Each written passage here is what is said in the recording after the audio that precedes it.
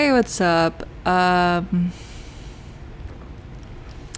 Hello everyone and welcome to another video. Today I'm going to talk about how I learned to be happy. So the key points here are, of course, your basic health. That's super important. But then, of course, accepting the fact that you're going to be sad sometimes and not letting it mean to you that maybe I should just die. Basically knowing how to balance out that sadness and apathy with life and trying to find ways to avoid getting that bad. So the basics are important, right? Your biological needs, your social needs, your physical needs, feeling validated, feeling respected, feeling like you have a grip on the situation.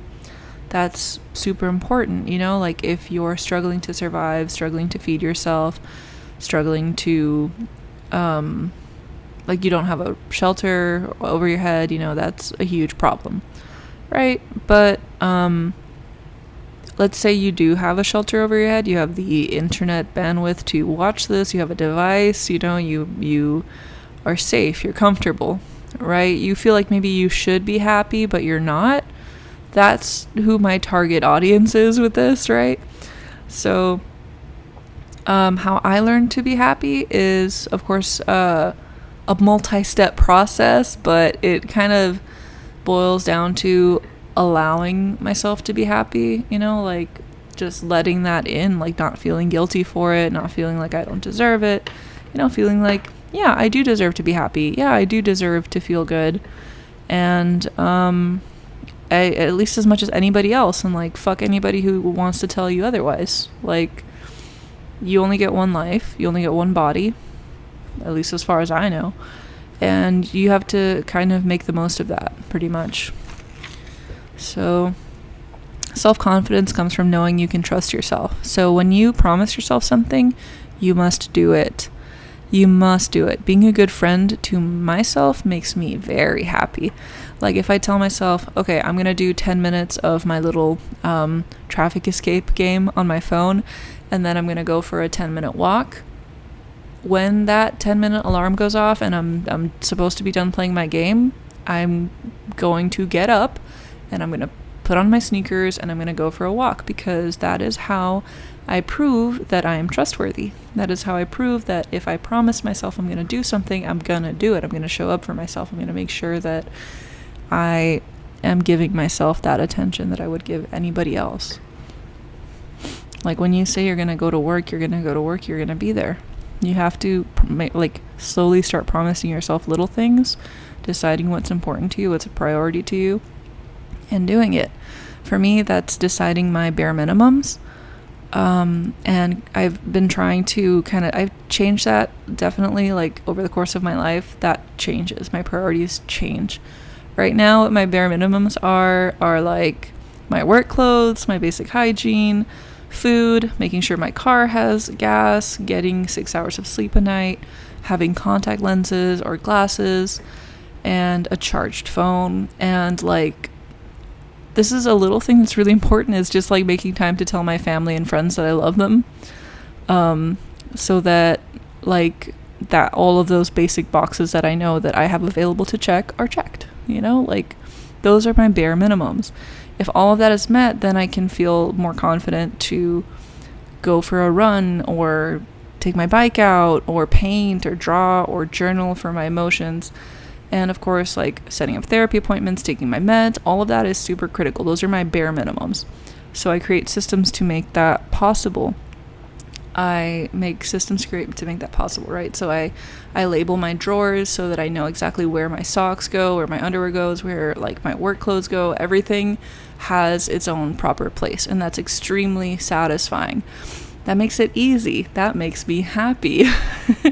And I bet that would make a lot of other people happy too, So let's say I don't like the clothes that I have, right? Well, I can change that. I can get new clothes. That moves me into my next point, right? So that is acceptance of the situation, basically like the serenity prayer. So, Lord, grant me the courage to change my life for the better, and the serenity to accept the things I cannot change, and the wisdom to know the difference, right?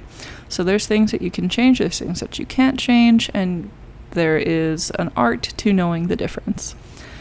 I cannot change my height, really. I can't change the color of my skin or the way that I talk so much. Like, the tone of my voice is the tone of my voice. My baseline mood is my baseline mood. But there's things that I could do to improve my mood. There's things that I could do to alter the sound of my voice so that I sound a little bit more cheery, a little bit more approachable. There's ways to act, basically. Like, I cannot change my genetic makeup, but I can change how my genetic makeup is expressed through my actions.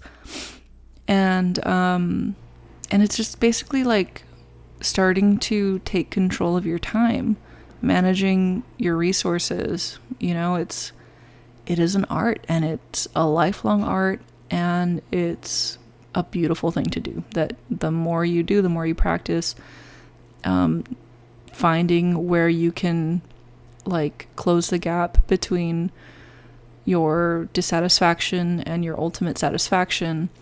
That is an art. That's a lifelong art, and that's a great thing because it gives you something to do.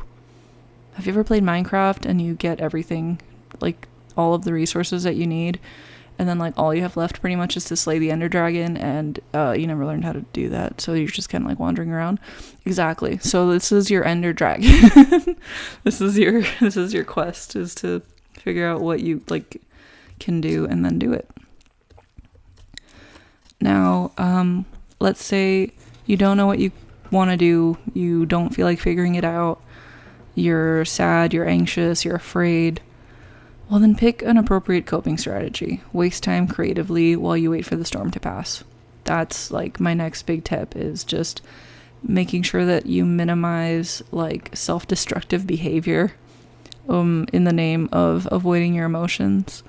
Because if you start engaging in self-destructive behavior just to avoid feeling sad, that emotion will eventually pass, but the consequences of your behavior might have a lasting effect that you are going to have more obstacles trying to undo. And if that's your life purpose, that's your life purpose. But I feel like a lot of us are made for more than that. So on to my next point. Find role models with similar hurdles as you. Google successful examples of people with whatever obstacle you have and learn about their methods and roads to success. This makes me happy because, yeah, like I'm like, oh fuck, I have depression and bipolar. I feel like I'm sad a lot, and it doesn't make sense, and I wish I wasn't, and whatever, right? Or, you know, like that. And then I'll look it up and I'm like, oh shit, J.K. Rowling is like this, and she is massively successful. Like different comedians out there, a lot of them are doing something that I want to do, entertaining people and being, again, massively successful. And they have had that similar obstacle of like, sometimes I get sad and I don't want to live. Like, and they have their ways of coping with it that are phenomenal. It's like, do some creative writing, write a suicide note and throw it away. Like, you know, like, just get from wherever you are now to wherever you need to be. Like, find a way out of that hole that is in your mind. The opposite of happiness is not depression, though. Actually, it's unhappiness. Depression, it's like a dampening of all of your emotions and your will to live. Meanwhile, unhappiness is only a symptom of depression, and it's one you can work to mitigate.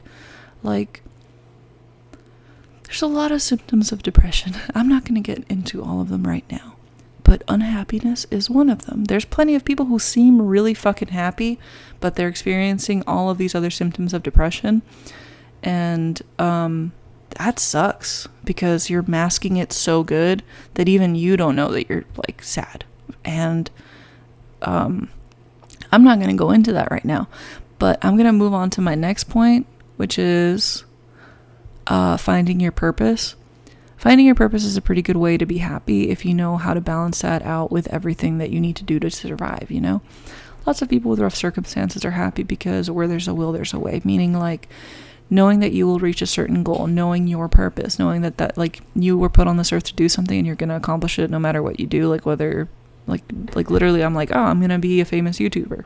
Like I know that that's my purpose. So I'm acting like that's my purpose. I'm behaving like that's my purpose. I'm pushing myself like that's my purpose, because that is enough for me to feel like I can handle the rough stuff on a day-to-day basis, because I know that I'm going to make a difference.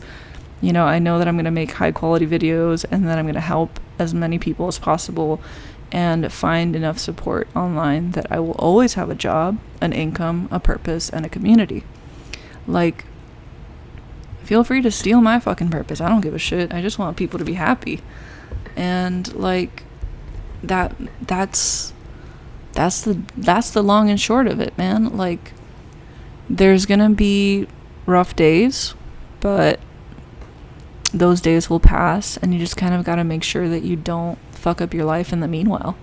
Like, you don't have to over worry, you don't have to over stress it and overthink it and be like, man, if I go for a bike ride, I'm gonna ruin my life. Like, no, like literally just be like go with the flow, find something that you can ease into. Like, if it's a game, it's a game. If it's calling a friend, it's calling a friend. If it's watching something cool, you know, like, sometimes it is smoking a joint or eating an edible or having a drink, but like, there's an art to balancing it out, right? Like, you need to make sure that you recognize that every action that you take is either leading you to one version of yourself or another version of yourself. And you need to decide who you are and what you want for yourself. Like, do I want to be the version of myself that's like lazy, piss poor, drunk, poorly behaved, rude, inconsiderate, selfish, just like ugly and overweight and mean and just shitty? Like, do I want to be the shittiest version of myself, or do I want to be the best version of myself? Like, do I want to be pretty?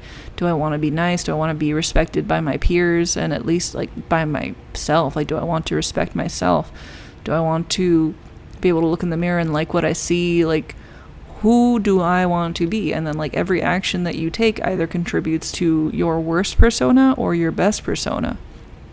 Like, it's really that simple. Some actions are neutral, you know, like taking a shit. That's a pretty neutral action that even your best self is gonna do. Like, your best self and your worst self. Everybody takes a poop every once in a while. But what you do after that poop is what qualifies you as being your worst self or your best self. Do you like wash the toilet? Do you wash your hands? Do you replenish the paper towel and toilet paper supply and the soap supply? Like, are you considerate and caring for your future self and the people around you? Or are you literally like so short-sighted that you leave everything a mess and like walk out there spreading germs and bacteria to everybody? Like, it's literally that fucking simple. Like, if you want to be happy, you need to find that balance between like pleasing your current self and pleasing your future self. And like knowing that like you're getting towards a self that you want to be, that you like being. And yeah. Anyway, if you like this video, let me know. Engage. Please engage. And if you hate it, also let me know. Like, if you hate it, just downvote it. Like, really. Like, and whether you like me or don't like me, definitely subscribe so that you can keep tabs on me. Yeah. And yeah, if you think I'm awesome, then that way, and like I'm helpful, then guess what? That's going to put me in front of a bunch of other people that will appreciate that. And if you don't, that, you know, all of those actions will also do that, which makes everybody ridicule me and make fun of me.